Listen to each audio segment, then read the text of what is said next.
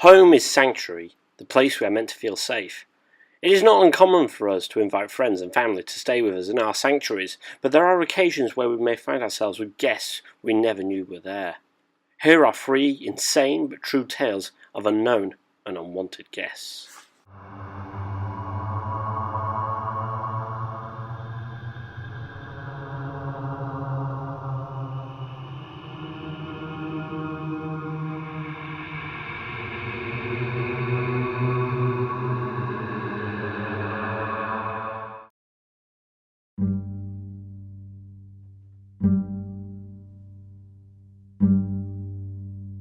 October 17th, 1941, Denver, Colorado.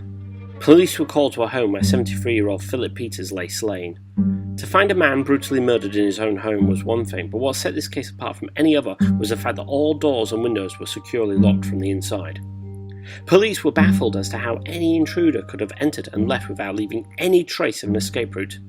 Due to the lack of evidence and leads, the crime remained unsolved. But the mystery didn't end there.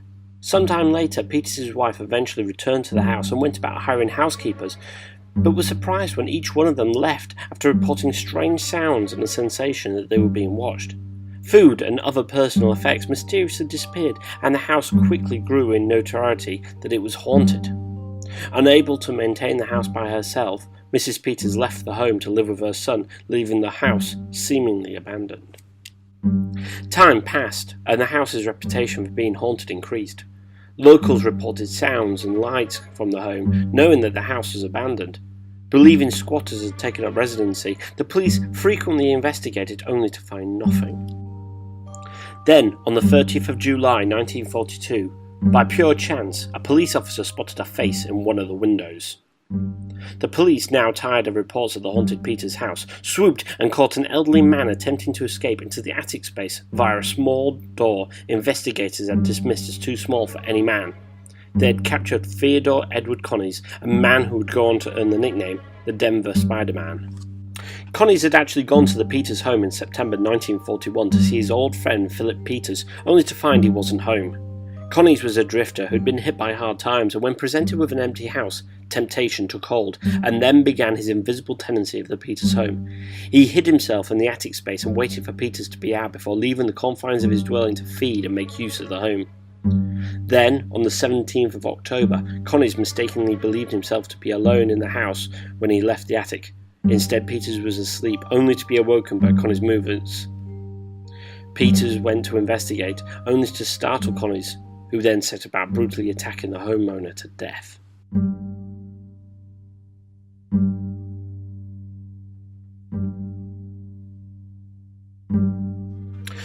We all like surprises at Christmas, but for one family there was an unexpected and certainly unwelcome surprise waiting for them in their own attic.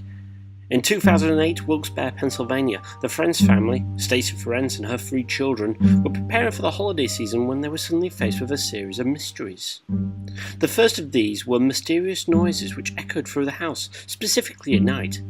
Stacey assumed that the family pets, cats, had found their way into the attic space and thought nothing more. But then, in the days leading up to Christmas, a number of expensive personal items and gifts from beneath the tree disappeared.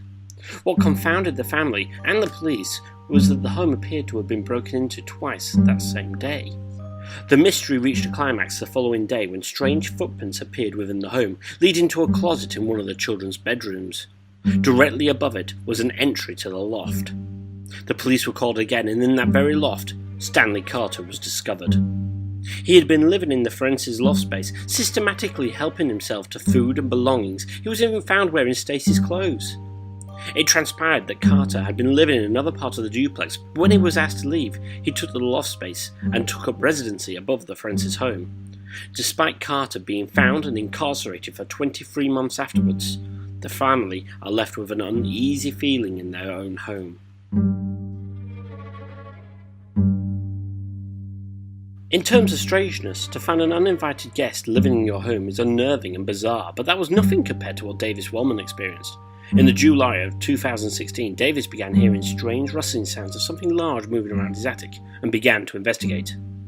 Things took a stranger turn when the mysterious noises moved to his study. He tried the door, only to find that it was locked. He listened closer. It was clear someone or something was inside, rustling through his belongings. He knocked on the door. What happened next defies logical force and could have been lifted from a horror film. "Jimmy! Is that you, Jimmy?" shouted a high-pitched feminine voice from within. A voice Davis had never heard before. The door opened, and there stood a dark-haired woman. Davis demanded to know who she was and what she was doing there. Her reply was enough to send shivers down his spine. "Jimmy said I could stay here. This is my house," she explained. She continued to explain that she'd been living in the attic for nearly 3 days and that Jimmy had made it very clear that this was her house and that Davis was intruding on her property. Davis, although baffled and unnerved, knew help was on its way. Moments before confronting the mysterious woman, Davis had called the police, but before they could arrive, she made her escape. Police are still searching for the mysterious woman, and Davis has since changed all his locks. He can only speculate on how the woman actually entered his home, citing a fire escape ladder which was out of position next to the home.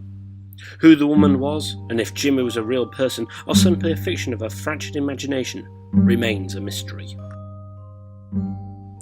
Locks and alarms are all well and good, but it is vigilance which protects our homes. In the tales presented here, the intruders had taken advantage in the lapse of that vigilance. An unlocked door, an open window, even access from an adjacent building.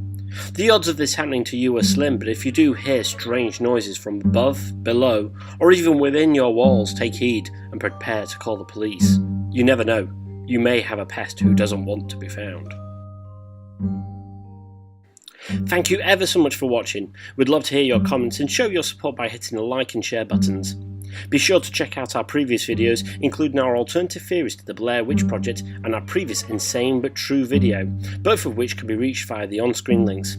Subscribe to make sure you don't miss the next episode of Insane But True. If you thought this video was strange, then you won't want to miss what we have prepared next. Until next time, take care. This is Andy, and thank you for watching.